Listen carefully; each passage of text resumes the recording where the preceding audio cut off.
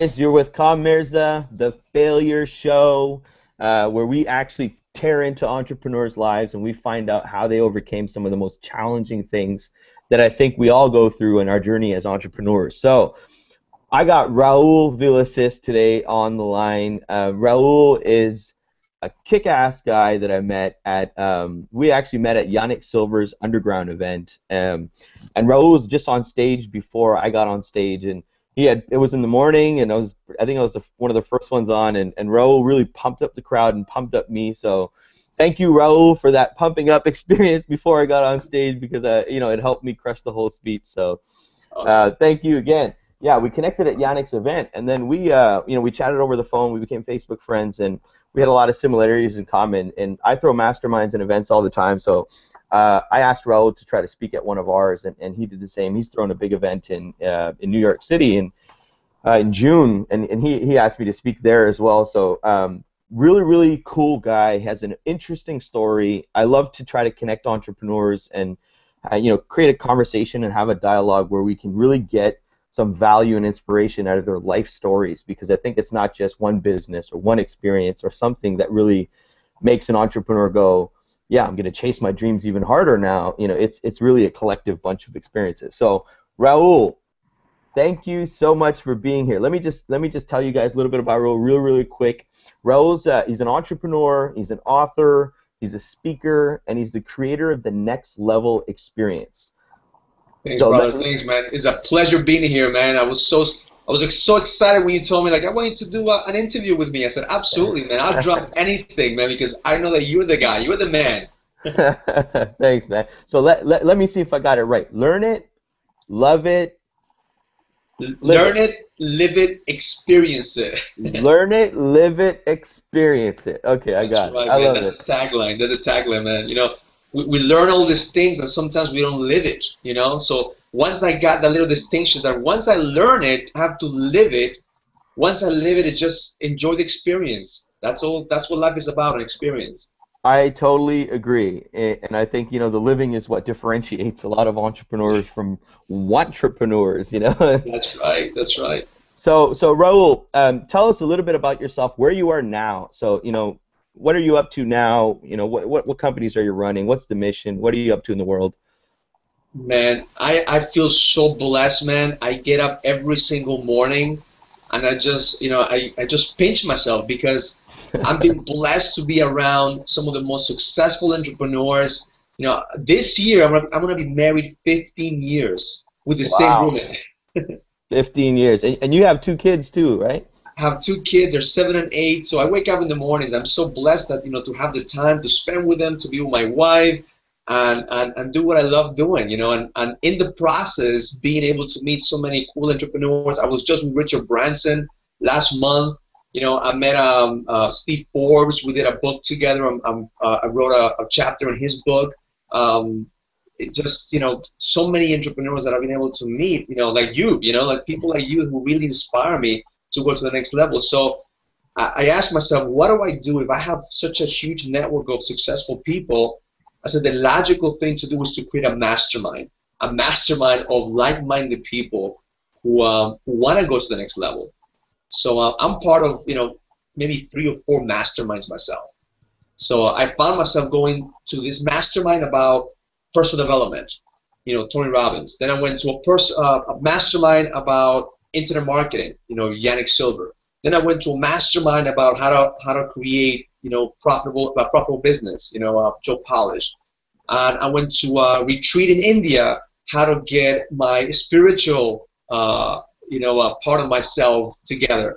So I got all these masterminds that I'm part of. I said, wouldn't it be cool to put one event together that all these components are part of? Like, we could talk about spirituality, we could talk about health, we could talk about relationships, personal development, and business is the aftermath of having all these things taken care of. And I said to myself, there's not one out there, so let me create one. So I said, I'll put it together, the next level experience, because it's an experience.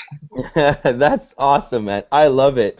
I'm a big fan of, creating and architecting these environments where you can bring together, really good quality of people and have a collective, intelligent mastermind where, it's not just a bam, bam, bam, grow your business. It's a physical experience. It's a sensual experience. It's a metaphysical. It's an emotional experience. You have all of these different factors that make it so much more than just an event.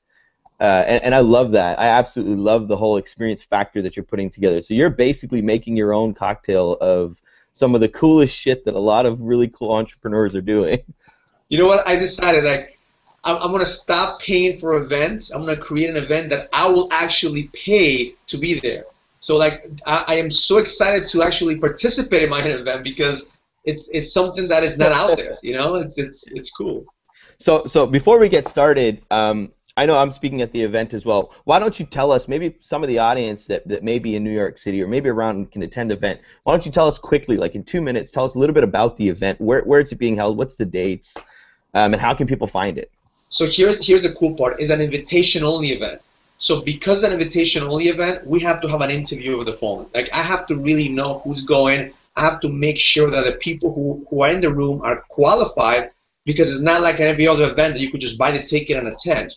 Yeah. I want to know everyone. I want to make sure that everyone who's in that room is contributing, is growing, wants to give everything they have for the people, and is a successful entrepreneur. We don't want anyone who wants to sell to entrepreneurs. We want people who actually are entrepreneurs, who are kicking ass in business.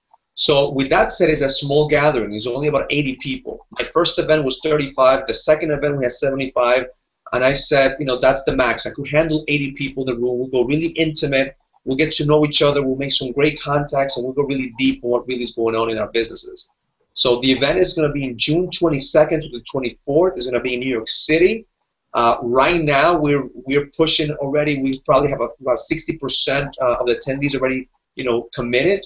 So I'm excited because the people who are coming in, they're from different industries. Is not one industry represented. Like, my background is in real estate, but I have people from the movie business going. I have a movie producer. I have people from Spain coming in. I have people from Brazil coming in. So this thing is really taking a life on its own and becoming international. That's awesome, man. I'm excited for it. I can't wait. I think it's going to be a great experience. I love attending these things, and as you know, we host masterminds and stuff as well, and I just love how you're architecting it. You're putting it all together, and you're curating it. You're talking to the audience before. You're making sure you're able to pull a high quality number of people together, and I think that's all the ingredients for a kick-ass experience. So I'm really excited for it. Wish you all the best. If anyone wants to attend, how can they contact you? Just go to the website. Just go to thenextlevelexperience.com. Just go to www.thenextlevelexperience.com. Fill out an application. Once you fill an application, then we'll have a conversation. And if it's the right fit, it's the right fit. If not, it's just time invested. Yeah. But I'm more interested in having the right people in the room, because that makes all the sense. That for me, I'm spending my time and my effort because I wanna meet the people who are gonna be interested in growing the business with me, who are interested in growing together. That we don't have all the answers, but together we'll figure shit out. Yeah, I'm a huge fan of collective masterminds. I think there's always, when you fill a room with gasoline, high quality gasoline, and you have a bunch of spark creators, amazing, man, amazing things happen. Yeah. Okay, so before you got into all these different masterminds and meeting all these cool people, and creating this experience yourself, there was Raul, the child. So how did you start off? What were your first few businesses? Tell us a little bit about how you got started, the backstory. Well, the backstory really is I've been an entrepreneur since I was 21 years old. I bought the book Rich Dad Poor Dad, and Rich Dad Poor Dad gave me the insight of how to create wealth in real estate. So I remember sitting in my cubicle, because I used to work for a Fortune 500 company, sitting in my cubicle, reading this book, and saying, shit, maybe I could do this. Maybe I could buy a real estate property, and maybe I could supplement my income. So I met a realtor. He sold me my first property. I flipped it, and I made $100,000. Wow, first time. So I said, this is it. This is it. I love this game. So I didn't even finish the book. I actually was halfway through the book, and I took action, bought my first property, and flipped it. Then I found later on the book that talked about different types of investments. And I remember going to my boss and telling him that I have this real estate thing going on the side, and he laughed because he goes, "Oh, that never works. That's just scams. Like you should really, put more time into the company and maybe escalate to a higher level." And I remember looking at him like he was driving a beat down Cadillac. He was working like 80 hours a week, and I'm looking at him like I don't want his lifestyle. He's Yeah. always complaining about his wife, always complaining about his kids. And I said, if that's my future that I have to look forward to, I don't want it. So I kept on reading the book, and I bought another property, and it was probably 6 months into it that I was able to supplement my income that I was, making in my corporate world, and I started my real estate empire, right? So I started just buying more properties and flipping properties. I think we got it to about maybe a property a month. My brother and I were doing it together. And Yeah. people were asking me, how are you guys doing it? So we got other people involved, and I got my brokerage license. So I had a team of 200 people at the height of the market selling real estate. And we had the whole thing, to a science. We were able to buy properties and flip them. I mean, everybody at that, I think in 2004, 2005, that was the peak of the market. I think everybody was making money. One of the things that I did was reinvest my money. I kept my money in real estate. So I remember by the age of 30, my accountant says, Raul, congratulations, you've accumulated wealth. You are, multi-millionaire in real estate on paper, right?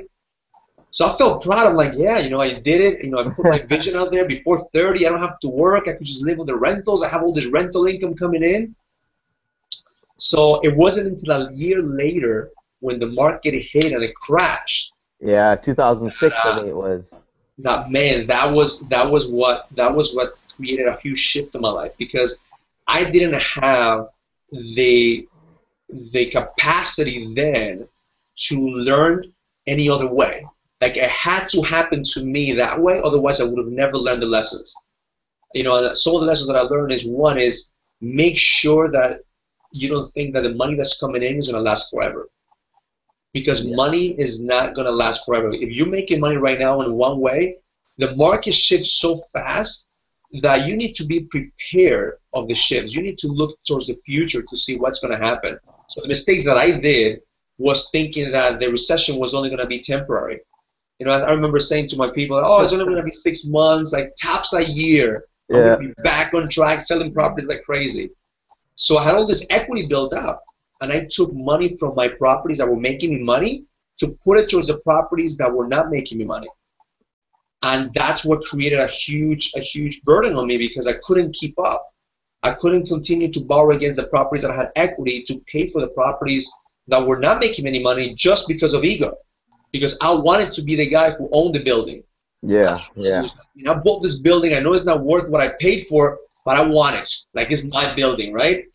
So I let ego pretty much drive me to almost to the point that I had no money to pay for the mortgages. It came to the point that I had to make a decision: do I pay for my mortgage in my house, or do I pay for the office building rental where I run my office?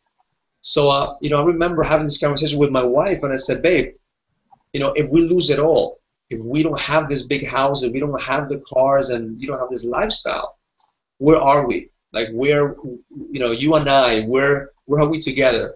And she looked in my eyes and she said, babe, I don't care if we live in the bridge. Like I love you and I support you. I don't care where we go. Like I want to be with you. That's beautiful, man. So that gave me the strength because as a man, I think that we need that reassurance from our woman that even though the shit is gonna hit the fan, like they're there for us. Because Yeah. I've known some friends that didn't make it, that they got divorced because they continued to pretend the lifestyle and they were never honest with their wife or their husband to say, listen, we are in a financial situation, we're broke. We need to do something about it. So that was one of the things that I did right is to share the problems with my wife, and I got the strength from her to figure it out.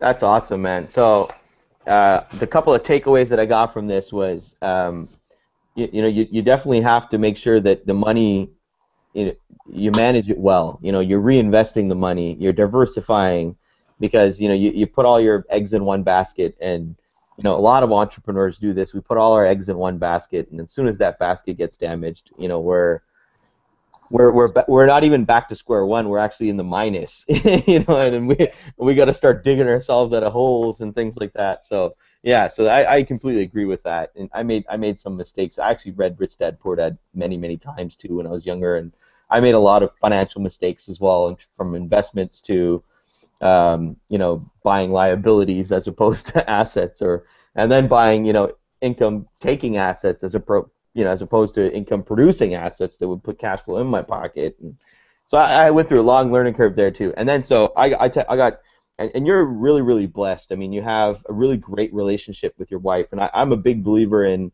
a support network really making a profound difference in how you face each day and how you get up after the defeats. And I think that's really priceless. So for people who don't have, maybe someone doesn't have that perfect relationship, or they don't have that that key person that they can, you know, tap upon for support. What do you recommend they do? You know, how can I find a support structure? How can I create one? What's the best tools to actually try to do something like that? Because I think it's important. Everybody needs this support structure to overcome failure. Otherwise, going at it alone is a really tough experience. Well, I truly believe that proximity is power. You know, one of the taglines that I use in my events is that who you are hanging around with is who you are. You know, like I look at my wife and I'm blessed that she's my biggest supporter, but outside of my wife, I surround myself with some amazing individuals, mentors, people who are where I want to be. And those individuals are out there. They're easy to reach. They're not as far off as we think they are. You know, somehow entrepreneurs, we have the mentality that we could do this on our own, that we're going to bootstrap it, that nobody is going through the struggles that we're going. So we make the mistake of thinking that the problem is personal, that everything that we go through only happens to us. Yeah. You know, and that we are alone. And then we make the other mistake that the problem is permanent. You know, that it's going to last forever. You know, no season lasts forever. Every season comes to an end. And when you are around a support group, whether it's successful entrepreneurs, whether it's, you know, friends, like make sure that you're listening to the right voice. Make sure that you're listening to the people who have been where you've been or are where you want to be. Because if I would have listened to the guys who told me, Raul, you failed, you lost your money, get a job, go back to corporate world. You know, let me help you. Let me get you an interview with my boss. That used to be the tagline for my friends. Oh, let me help you, Raul. You'd be great in selling X. I'm like, you know, I looked at myself like I literally cannot imagine myself in a job. I can't imagine myself going in and punching the clock. So that's not me. So why would I take advice from people who are not where I want to be? Yeah, I agree. So surround yourself with people who are where you want to go. I think that's the essence of the message, and I resonate with that a lot because you know, we've heard this a lot. Show me your 5 friends, the people you spend the closest amount of time with, and I'll show you your future. You know, you know, you have 5 drug dealer friends, you're bound to be the 6th. You know, you have 5 friends who are gangbangers, you're bound to be the 6th. You have 5 friends who are entrepreneurs, and you know, the world is your oyster. You know, you have tremendous potential. Okay, so we're gonna ask you a couple of questions about failure. We like to get into the nitty-gritty, so we want to know like some of the mistakes people make being entrepreneurs on their journey, and what they did to overcome them. So we want to know what you did to overcome them. Awesome. So let's fire some questions at you. What do you think was the worst thing that happened to you when you first started out? I know a lot of entrepreneurs first start out, and then something happens. You know, and then some of them go back to 9 to 5. Some of them just give up. Some of them say, you know, that's it. You know, I mean, I'm not taking any more risks, and that was bad enough. So what's one of those experiences that happened to you early on? I think that the biggest mistake that I had is thinking that I was invincible. You know, growing too fast, thinking like, oh man, I'm the shit, man. I'm making this amount of money. You know, nobody could touch me, because it came to a point that everything I was touching was gold. So you start believing and having the illusion that you are invincible. So therefore, I remember having this thought coming through my driver, like, if I'm making this amount of money and I'm not even putting all my effort, imagine how much I could make if I put all my effort. So I had the illusion that everything was going to work out, and I didn't. It prevented me from seeing the reality. was like everybody was making money. My landscaper was making money in real estate, so that should have been a sign to me, Oh, like, hey, wow. dude, like you're not the only one. You're not. Yeah, Everybody's making money in real estate, so you should be looking out for what's going to happen when the bubble bursts. yeah, yeah. That's crazy. So it was the ego. It was the invincibility, I think, and we all get this when we have a couple of initial successes. And I unfortunately didn't get that. I started out with tremendous failure, and it didn't come till later. But I have heard tons of stories. I had this one friend. He he was like he had never gambled in his life, and we were out at we were in Las Vegas, and he had gone out, and I think a couple of my other buddies were like pressuring him, just place a bet for me because you're going to be lucky for me, and they kept telling him that you're going to be lucky, and he placed a few bets and he started winning, so he took out his own money and he played, and the guy won thousands of dollars that night, and then he obviously he's celebrating. I call it beginner's luck, it happens, but then um, and then he went in again for like the next 2-3 days and he kept winning. And to me, I was like, this is incredible. This is the Vegas story, right? You come to Vegas and, you have this crazy weekend and you make all this money and you go. That's what everybody wants to experience. And then the last day, he had lost all. He thought he was invincible, you know what I mean? And he's like, he went big. He went for it. And he had lost all his money, and he had lost all the money that he actually had in his account, too. Like, he had Wow. dumped out the account, lost everything. And I was like, man, you got to know either when to quit, or you got to know when to really take it serious, and Yeah. build yourself some kind of security. Otherwise, the water stops flowing one day, and it's tough. Yeah. So I mean, my story in Vegas is, I mean, exactly the same. I was playing roulette, and I thought in my head I figured this out. I was betting on the opposite. So if I saw a line of black, Yeah, I you put do it in red and black, black. Yeah, yeah, and if it goes black again, I will double my bet. yeah. So I think I made over $5,000 in one night, and then in one hand I lost everything because black came out or red came out like 25 times. It was Oh man. ridiculous. It was ridiculous. So I could definitely relate to that. Yeah, yeah, that's crazy. Okay. A lot of times as entrepreneurs, things go wrong.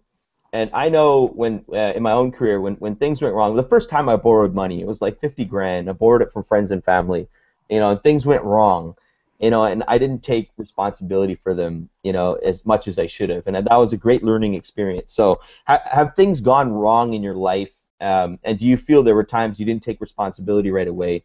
And what did you do to overcome that? What did you do to say, look, this is what I need to take responsibility for. That's the only way I can change it. Yeah. So, it came to a time that, when I realized that it wasn't sustainable what I was building, I took responsibility, and actually taking responsibility is the first step to the awakening. Because it's like if you're a drug addict, or you're an alcoholic, knowing that you have a problem is the first step. So acknowledging that, okay, I wasn't responsible. I wasn't responsible with the money that I was making. Yes, I did invest in real estate. I still have the real estate, but it wasn't the smartest move. Now, what happened to me is that I was the guy who was letting people borrow money. When the shit hits the fan, I had equity. Yeah. So imagine I had 200 employees. So they came to me like, I can't pay my mortgage. I can't feed my family. So I'm like, here's 10,000, here's 5,000. So I think I didn't have the money. I was borrowing against my own property. And I Yeah. remember this clearly. There was one deal that I closed, and I had just made enough money to pay for my expenses for like 2 months. Like, I'm covered. Like, I'm living from deal to deal, right? A mentor of mine who was in the real estate business came to me and says, Raul, I need to borrow like 20 grand. I'm like, man, I don't have 20 grand. Like, I just have enough right now to like cover my expense for 2 months until I figured out, what I have to do. He goes, man, I promise you, man, I'm good for it. I just have to close this, this deal. And he's been a mentor of mine, and he was worth millions of dollars, but everybody was cash poor at that time, right? Yeah. Took No out money and liquidity. I gave him. I didn't have the money. I pretty much cleaned out my bank account and I gave it to him, right? It's Oh been man. it's been like 7 years, and until now I have not gotten the money back. Wow. But ever since then, I kid you not, I have never had any issues with money. because I think that God saw that I was able to give even though I didn't have it. So ever since then, man, I've been blessed, man. It was like one thing after another. We landed a corporate account. It was just within 6 months I was back on track, and I was blessed. I was blessed. But I always bring it back to the point that I gave them money when I didn't have it, because it's easy to give when you have. Like if you ask a millionaire to give, 10,000, they just write a check. But if you ask somebody who only has 10,000 in the account just to give a check, it's really hard. So that was a testing time for me. Man. Yeah, that's crazy. And I've heard a lot of entrepreneur stories where the money was the thing. They had lent the money and people would never pay it back. Your story is even crazier because it's to a mentor. It's very rare you have a mentor come to a student and say, "Hey, I need to borrow money." And it's a tough position to be in too, because as the student you're like, "Man, this guy's my mentor. If he's asking for money, I got to help him out." And yeah, that's crazy, man.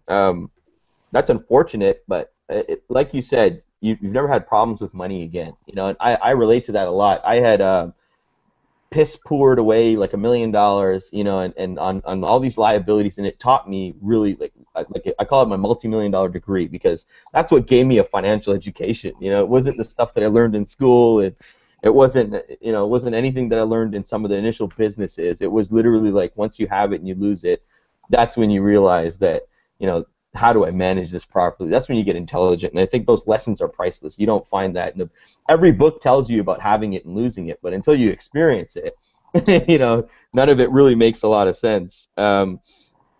Okay, so a lot of people have fear of failure. So you analyze things, and then you become paralyzed by these things because you're analyzing them so much, and it's this fear of failure that makes people hesitant to even take action. So what do you suggest people can do to overcome this looming fear of failure? How can you just get them to take action? But that's interesting, because actually I just did a talk last week in an entrepreneur event. There was a lot of new entrepreneurs, and I could see the fear. It's kind of like you see those guys who like they have so much in here, like they have all the strategies. So yeah. I started with the number one rule of being an entrepreneur is know the game. And the game is a gladiator's game. I asked, how many of you guys have been around for more than 10 years? And only like 3 people got up. And I said 9 out of 10 business fail because they did not know the game. The first year as an entrepreneur, you're in survival mode. You're like in the arena. You're like the gladiator. And the problem is that you have so many tools. You come in with like 10 swords, right, into the arena. And the gladiator, who's been there for 10 years, has 1 tool and 1 shield. And he comes in behind you, and boom, you're dead. So be prepared. Look at what those guys are doing and prepare yourself. And I have a process that I help them prepare themselves. Like I have a ritual, and that's where I teach people to have a success ritual that every single day you get up and you access your power. And I think you saw me a little bit, when I share the story in the underground, that like every athlete goes into the court and they have a ritual. They're prepared. Actually, I've interviewed so many athletes, and they have a ritual. They don't go into the court without a mantra, without a mindset, without being prepared. But then again, we as entrepreneurs, we get up, the first thing we jump in is Facebook or the BlackBerry or the iPhone, and our day starts in default. Yeah. And then no wonder 5 o'clock comes by and we haven't done shit. Yeah. So, what I teach is before you do anything, take care of yourself. Breathe, drink water, meditate, pray, start with gratitude. What I do is I put music on and I start doing affirmations that get my body into a state of power. I exercise, I feed my body. So you have all these rituals that you could do in order for you to take action. And what you're looking for is accessing your power, accessing that certainty. Because in the gladiator's arena, it's not the strongest that survives. It's the one who has more certainty in them. And when you look at a client in the eye and say, I am your guy, that's where you should hire me, because I could deliver. You were so certain that you could deliver that you exude that and people see it. So many times people are like, Raul, there's something about you that I don't even know if you're the right person, but your confidence makes me want to do business with you. And then obviously you have to deliver, and I deliver, but the name of the game is certainty. You have to be certain about what you do, what your value is, what your product is, what you bring into the table. Because every time you go into the arena, you need to know that if you don't have that power, you're going to die. And you may not die today, but you're going to die within the next 10 years. Only one gladiator out of 10 survives. That's awesome, man. Robert Kiyosaki, since we had mentioned him earlier, he has this quote. It says 9 out of 10 businesses fail. So I have a foolproof plan. Start 10 businesses. You know, and I love that one. You know, and I try to modify it for I'm like, man, 9 out of 10 $100 million companies fail. So start 10 $100 million companies, and you'll probably have one of them that will, you know, last you your life. That's right. Awesome. Okay, what are the 3 most fearful factors you experienced when you were dealing with failure? Like, you know, you know things are about to crash down, running out of, you know, maybe money was one of them. You know, what else happened at that time that was not expected, but it just happened? Like, you know, another relationship breaks, or you know, someone turns on you, or you know, there's tons of shit that happens when you're going downwards. You know what I mean? Yeah. Well, the one thing I could tell you that for me is start looking at the past and what you could have done to prevent it. Holy shit, that for me was like, oh, I should have done this, or if I could have done that, or like, Yeah. it's not about like, let's look at what we did wrong and let's strategize. It's more about let's blame. Let me blame myself. Let me beat myself down. Why I should have seen that. So that's not a powerful, you know, method to learn, because I'm all about learning my mistakes, but not beating myself up for it. Yeah. You know, like I tell people, I'm not the same guy who I was 7 years ago, 10 years ago. Shit, I'm not the same person I was a year ago, because I'm learning from my experiences. So that person who took action then, if I learn, then I'm able to evolve to a different person now. So from your failures, there's a huge lesson, and not in a way to beat yourself down, but learning from, man, next time this will not happen to me because I've learned my lesson. But if you don't learn your lesson, guess what? It's gonna happen to you again and Yeah. again until you learn your lesson.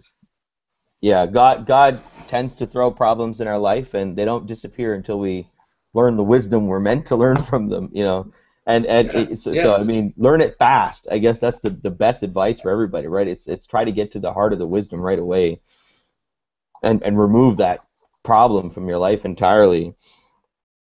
Okay, so what are a couple of mistakes that you made that you felt you could have handled differently? And that you think other entrepreneurs are going to make too, you know, and maybe they can handle them differently right from the beginning. Yeah, well, one of the things that I would have, looking back, what I would have done different is, as an entrepreneur, early on, we're ready to give away the store. You know, I'm looking back and I'm like, I used to take on partners, and like, yeah, I'll give you 20% of the company, 30% of the company. You know, like I give away the store because we think small. You Yeah. know, and that's the biggest mistake that I made, is to start thinking, okay, not about not thinking big, because would you give away the store if you thought your company was worth $100 million?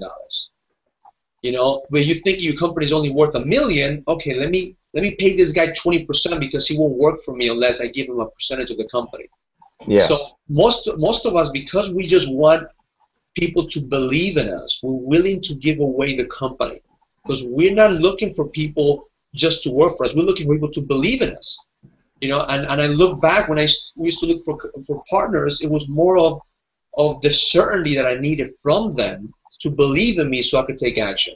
But once I figured out, like right now I start a company, man, I'm doing it on my own, because, you know, you know, I don't need the partners. If I need to hire people, I hire people. But you only need partners for 2 reasons. Either they bring in money or they bring you certainty. But you don't need to give away the store. I love that, man. I think it's so true. I mean, I remember when I was starting out as an entrepreneur, I was like, anyone would even work with me, I was like, hey, man, you deserve half, you know, and Yeah. make them a partner, you know, and then later find out that, you know, it's the worst move I ever could have made. And with partners, I find a lot too. You know, everything's fine when you're out there trying to make the money. As soon as you make some money, that's when the problems start. You know, and Yes. that's when everybody's like, hey, well, how come I don't get this percentage? And what kind of partnership is this? And, you know, and anyhow, yeah, I love that advice. I think it's really, really sound. So don't give away the damn whole store, you know, when you're just starting out, because you don't really have to, you know. And if you really believe in the idea, which I think every entrepreneur is a prerequisite to even start a company, you have to really believe in your idea. Otherwise, it's not even worth the effort. You know, yeah, I love that, man. I think it's awesome. Okay, has traditional education, now this is an education question, because, you know, we meet a lot of entrepreneurs that are high school dropouts, like myself, you know, and we meet a lot of entrepreneurs who didn't go the traditional route of, you know, school and then high school and then college or university and then eventually, you know, a business career. A lot of us took a lot of detours, you know, a lot of ups and downs, ins and outs. So has traditional education helped you or hurt you? What do you think? Well, for me, it was I didn't have a choice because I was truly bored in school. I mean, just the thought of going to school for me was like I'd rather just go out there and get a job. So I dropped out of college when I was like 2 years into it, thinking like this guy, you know, these guys, and I don't want their lifestyle. I don't want what they have. Like I didn't know then that I was an entrepreneur, but I knew Yeah. that I was bored. I knew that I wasn't going to apply anything that they were teaching me. So I've spent probably about $500,000 learning from different people. I'd rather spend money on people who are going to teach me what they've done than learning the traditional way, which is textbook style. So Yeah. I'm not against education. I'm just against traditional ways to learn. You know, my kids, we're going to take them to South America later on this year so they could learn how to speak Spanish well. So I believe in immersion. If you could immerse yourself and you could spend the time and money learning under somebody, that's worth more than any education out there. Yeah, I completely agree, man. I think that's awesome. Okay, so like, I mean, from your story, you've spent an enormous amount of time and money on your self-education, right? So it's learning, and so I mean, you dropped out of college. I didn't know you dropped out of college, but you dropped out of college, and then you know you went on this journey of education that I think was a lot more meaningful and impactful to you. What do you recommend for other people? Like, if I know that I'm bored, I'm gonna drop out of college. This is not for me. You know, what's the first few things I can do to really get myself on a proper education path to find out what my purpose or passion is, or what I can, you know, what problem can I tackle in the world? So now here's what I speak a lot in different high schools as well and colleges. Yeah. The number one thing I tell people is like, don't do anything for money. You young enough at that age not to have to worry about money. Like, you know, pretty much all the high school guys and college guys, they could live out of the trunk of the car, right? So Yeah. if you could do it for the passion, if you could do something that you love, why don't you try to create a business or a niche around that? Because I heard the statistics that 70% of the people out there hate their jobs. Not just like, I don't like my job or my job makes me uncomfortable. They actually hate what they do for a living. No Man. wonder we have such a huge, you know, crime rate and in different places, and we have like alcohol and drugs going to the roof because people need an outlet, you know. So if you start off now, like, don't think about the money. Think, what do I like to do? What am I good at? What is it naturally comes to me? You know, and you'd be surprised that you could find people making a living out of that. Yeah, I think passion is great, and it varies, right? Because you have a lot of people who are really passionate about low income type of things, right? And you can't really build this massive career out of your hobby or passion unless, you know, it has a sustainability, it has some kind of income that pays your bills. But I do think that there are ways as entrepreneurs to cash in on your passions, you know what I mean, and cash in on other people's passions and things like that. So I totally agree with you on that one. I think it's great advice. Let's get to marketing. So as entrepreneurs, you know, we all have to market ourselves. I mean, I run masterminds and events. You do the same thing as well, and you know, you got to promote these things, and you know, you're spending money in all kinds of different things to really try to find out what works best for your business. Yeah. What are some really bad marketing mistakes that you made? The worst mistake that I made is having like a billboard about me, a bus with my name. I mean, all the stuff that's complete ego. I mean, Yeah, yeah, it made no sense to spend that kind of money unless you were like, you know, a Ferrari dealership or something like that. And everything, everything that I do now is strategic, and it's not about spend. Sometimes we have the illusion that the more money we spend on marketing, we're gonna get more sales, but that's not always the case, And Yeah. and what I do now is more strategic marketing, which is word of mouth, networking. I mean, Facebook for me is huge, man. I love Facebook. Facebook has probably made me, a lot of money in the last couple of years. It's been an amazing tool to use. I actually tallied it up, and I think in terms of new connections, people I met, joint ventures that happened, or maybe even like insights that I got into my own business. I think Facebook probably made me about 6 million last year. And I mean, and that's insane, right? To think that there's a tool out there that connects people so much, and it's just really, it's out there for everybody, but I don't think enough people actually, give it some proactive effort. They don't connect. I mean, that's just the tool, right? You're still out there connecting. You're still out there building relationships. You're still out there putting in the effort and the hustle to actually get the results out of using a tool like that. And I Yeah. think that's what. And here's I can give you the feedback that I get from people, and you are the same as me, is we are real in Facebook. We don't have a Facebook page that talks about our product or service or like, let's do this. I think the misconception about Facebook is that you have to sell. I don't sell anything in Facebook. My Facebook page is more like, here's who I am, here's what I'm doing. If you want to check me out, let's have a conversation. And we do business because people like me.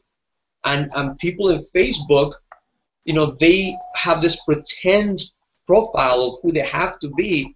If they were real, if you just share the real stuff, more people are going to be gravitated to them, and more people are going to have business opportunities for them. That has nothing to do with trying to sell stuff in Facebook. You're not going to sell anything in Facebook. You're going to create a relationship. That's what we do. Yeah, it's authenticity and getting people to like, know, and trust you. And I think that's the driving factor, right? If you can get people to like, know, and trust you, and you're authentic, people will naturally bug you to buy things from you. And I think that's when you create some value in the world and you offer them something if you did want to. Okay. What can others who are going through failure right now learn from your life experiences? If you can tell us, like, in 3 things, this is Raul's life. He's about to be buried in his grave. And there's 3 things that we're going to tell to all the entrepreneurs out there in the world. These are the 3 things. What are they?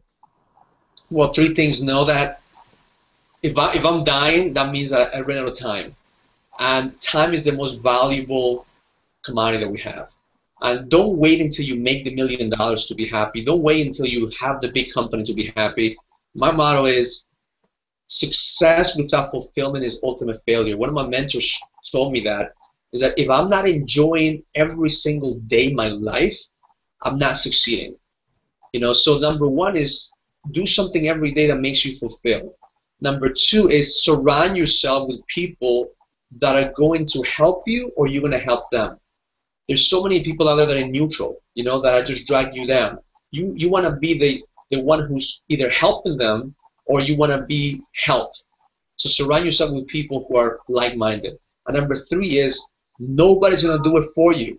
It's not a shortcut. Like, you have to take action. Every single day is up to you. Nobody else. There's not a product online that you're going to buy that's going to open up a box, you're going to make money. Unfortunately, it takes work and it takes action, and yes, it's up to you to do it every single day. Yeah, man. I always ask people this question because Steve Jobs had a great speech at Stanford, and when Steve Jobs died, this got played out on the internet and social media a lot, and he spoke about time, and he spoke about these things that were important in your life, and I completely agree. A lot of the stuff that you're saying is on someone else's deathbed, would that be the advice that they're going to pass on next, after experiencing it and living it and saying, yeah, that was the most soundest advice ever? That's awesome. Okay, is there someone out there that you think has an incredible failure story, or has a really good up and down part of life, and they're successful now, or they're doing good now, but they had a really, really rough life, and you personally know this story, you know this person, and you can recommend to the audience to go study, this story or this person? I get so much out of studying entrepreneur stories, and it gives me so much clarity in terms of my own life, and So anyone you recommend that we can learn more about failure from? Absolutely. One of my mentors is Tony Robbins, and he took away all the excuses when he said one time he was in stage, rocking out in front of 6,000 people, and he was $200 million in the hole. Oh, Forget about being broke. He yeah. was like he was on the hole like $200 million, some ridiculous amount of money, and to access that kind of power, to actually be able to give regardless of what you're going through in life, and be able to exude the leadership and the energy to change people's lives, that just to me is amazing. Because it takes a certain type of person not to care about what you're going through and care more about what other people are going through to still deliver. Because he could have just like shut down and said, oh, forget about it. Like, yeah, cancel this, like I'm moving on. And usually, like people would do that. Like they focus on the problem. But, he's an amazing story because he's known as a strategist, but he's probably the best turnaround story that I've ever heard of somebody like that. Awesome, man. That's nuts to go through, that much pressure on your head. And I've heard all kinds of stories, guys on Wall Street that make millions of dollars and then, they lose a bunch of money and they're jumping out of buildings and they're committing suicide and, that it's nuts. It's crazy some of the problems that people who are functioning at that level have to deal with in terms of stress, and then being able to perform on top of that is, it's really peak performance comes in a huge advantage at that point, right? Is there anything else you'd like to share with the audience that we didn't already cover that you think is really valuable in terms of failure, what they can learn from failure? One of my secrets, and I don't know if I share this with a lot of people, and I'm starting to share this now because I'm open to the feedback, is I think that my perception of what I could do is really due to the fact that my father has muscular dystrophy. So my father can walk. He's in a wheelchair. And every time I have a failure, every time I have a problem, the only thing I have to do is go visit him or call him. And he is such a happy person and so positive that I know my worst day cannot be compared to his best day.